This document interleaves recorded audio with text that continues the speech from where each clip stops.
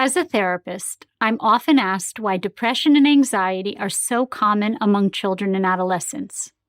One explanation, almost surely the most neglected, is declining interest in God and religion. I see the consequences of this in my practice almost every day, and this is not merely my personal observation. A 2018 Harvard study involving 5,000 people examined how being raised in a family with religious beliefs affects the mental health of children. The study found that kids who attended a religious service at least once per week scored higher on psychological well-being measurements and had lower risks of mental illness.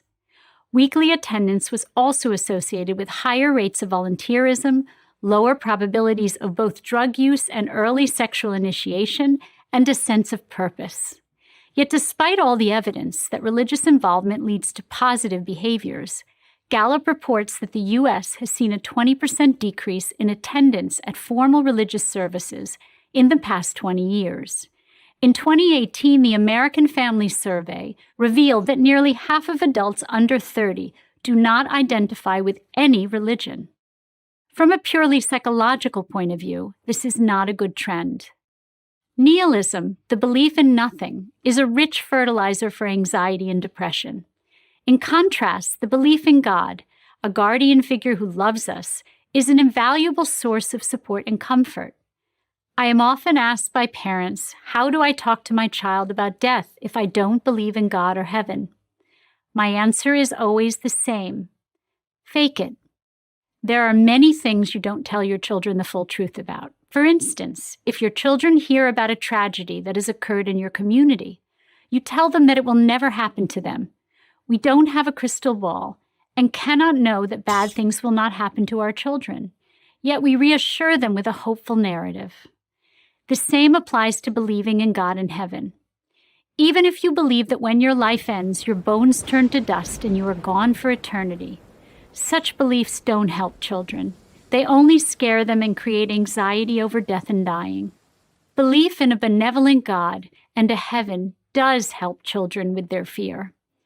In our current age of broken families, distracted parents, school violence, and nightmarish global warming predictions, imagination plays a big part in children's ability to cope.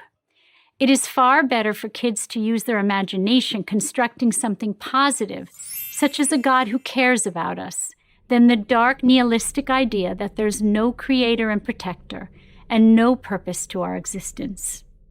I am also frequently asked how parents can instill gratitude and empathy in their children. Again, the best answer is involvement in an organized religion. All traditional faiths encourage gratitude and empathy as antidotes to entitlement and selfishness. These are the building blocks of strong character. They also protect against depression and anxiety. Additionally, religion provides children a chance for community. Being with people who share their faith can act as a buffer against the emptiness and isolation of modern culture. This is more necessary than ever in a world where teens can have hundreds of virtual friends and few real ones.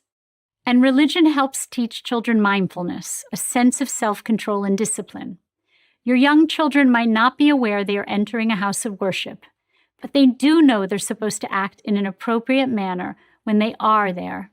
They have to relax their bodies and calm their minds. It is true that if you feel ambivalent about God and religion, your children will likely follow your example.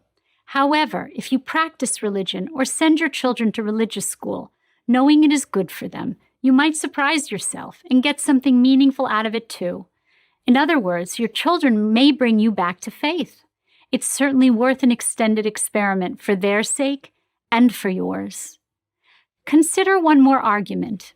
If you take the idea seriously that your children should be free to choose or reject God and religion, they need to be exposed to God and religion.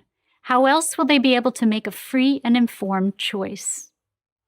We live in a competitive, stressful society that idealizes materialism, selfishness, and virtual rather than real human connection. Having a religious community and a belief in God is the best antidote to all of that. Whether children choose to continue to practice as adults is something you cannot control, but at least give them a chance to believe in God, and find comfort in religion. They deserve it. I'm Erica Komisar, psychoanalyst and author of Chicken Little, The Sky Isn't Falling, Raising Resilient Adolescents in the New Age of Anxiety, for Prager University.